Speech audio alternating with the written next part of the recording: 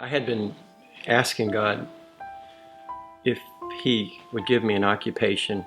I knew that we probably would have a large family.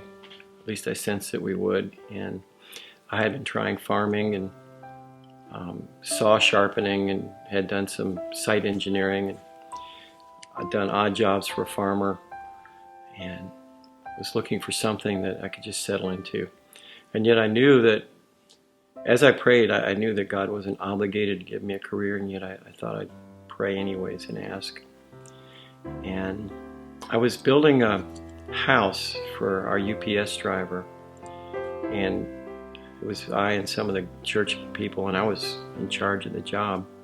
And back then, when we built cabinets, we would set up the table saw right in the kitchen if it was a new house, and then we would cut the plywood and build everything right there using 2x4s, and we'd toenail the face frames.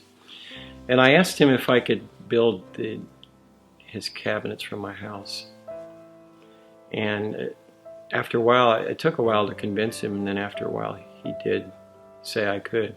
So I built this workbench out of pine, rough lumber pine, and our basement was gravel, and I had borrowed an old table saw. It was an 8-inch table saw, and it was so rickety that you had to stop the saw and put the tape measure in front of the blade and behind the blade before you could cut from another dimension.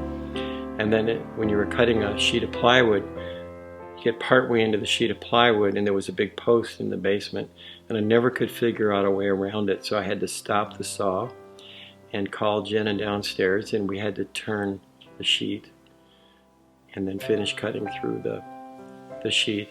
But anyways, I remember the scene that the basement had a big wide opening coming in.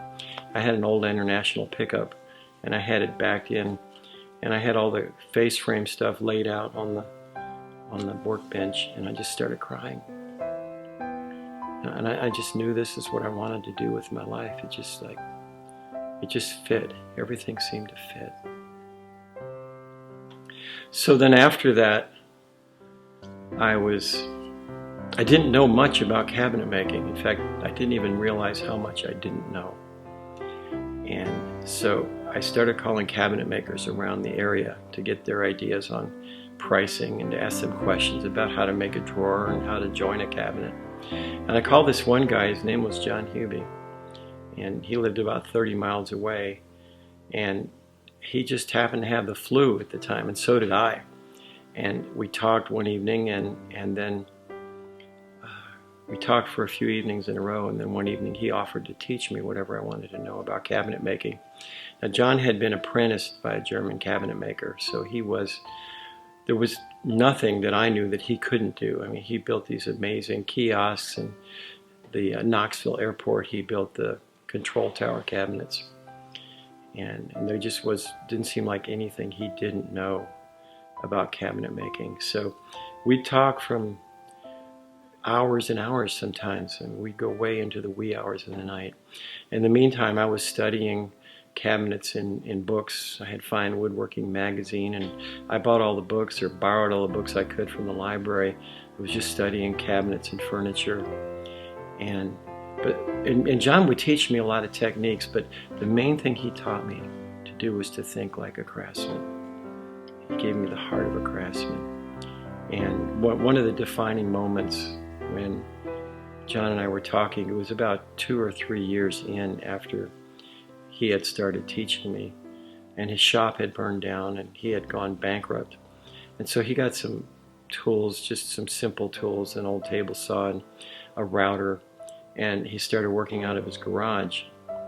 And we were talking one night, and he said, I thought that after I lost my tools I wouldn't be able to build cabinets anymore. He said, but I was amazed at what I can do because I realized my skills are in my heart and my hands. And it was like a defining moment. I still remember that moment for me. I think it was a defining moment for both of us, where we realized that the good craftsman isn't somebody who has the best tools and the best materials, but a good craftsman he takes whatever he has and he can make something incredible out of it. That's a true artist.